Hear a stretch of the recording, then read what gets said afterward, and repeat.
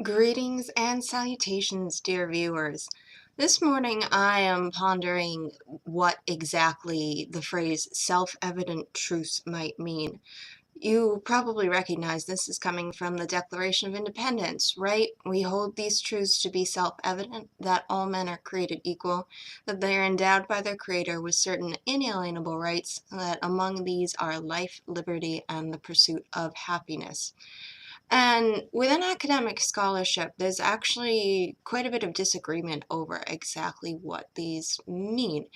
Because though Jefferson says that these are self-evident truths and inalienable rights, and this is not an exhaustive list, obviously life, liberty, and the pursuit of happiness, we know there are others, he never really explains what makes them inalienable or why it is self-evident that they are inalienable.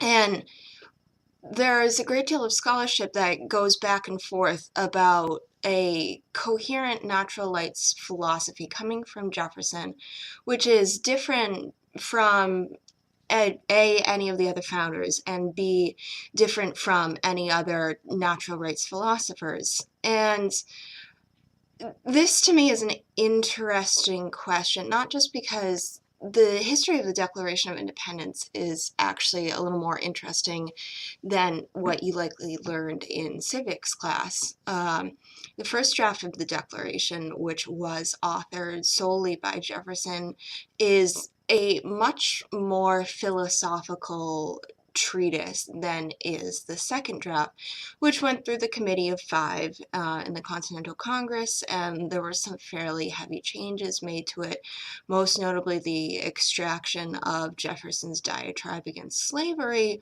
which was taken out because it was feared that it might offend France, the nation upon whom the young United States was then relying for military support. And really the Declaration of Independence is not so much a philosophical treatise as it was a way for the United States to prove to France that it was serious about declaring its independence. So those tensions are interesting because while we often think of the Declaration as this, sort of complete document solely offered by Jefferson, and I think that might be true in the first draft, it's definitely not true in the second draft. But leaving that aside for the moment and just dealing with the more philosophic foundations of it, there is also some disagreement about whether or not what Jefferson says in the Declaration leads him to advocate for a particular type of government. Is he for only a democratic government, a directly democratic government, and this is the only way that these rights can be maintained? Is he advocating for some other type of government? Is he unclear about it? And one of the things that confounds scholars and leads to these different interpretations is the lack of specificity about what grounds this natural rights philosophy. And I think, again, that this could be, ultimately, one could say that this is really founded in the fact that the Declaration is not simply a philosophical treatise, it was also a political document. But two, I also wonder whether Jefferson's belief in popular sovereignty and in the right of conscience is ultimately leaves some room for interpretation, right? So the idea that something is self-evident, does that necessarily mean that that is a universal constant? What is self-evident to me as an individual might be slightly different than what's self-evident to someone else who has a different background, who has different opinions, who's had different experiences, particularly of interest in the context of the time when the Declaration was written, would be different economic classes.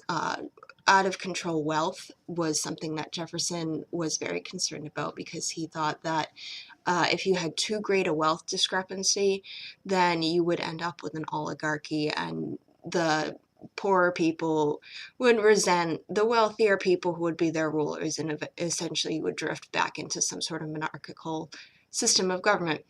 But So I wonder if some of the vagueness about what exactly grounds Jefferson's natural rights philosophy is actually intentional and is rather Jefferson's deference to freedom of individual conscience and the recognition of the disparateness of individualism.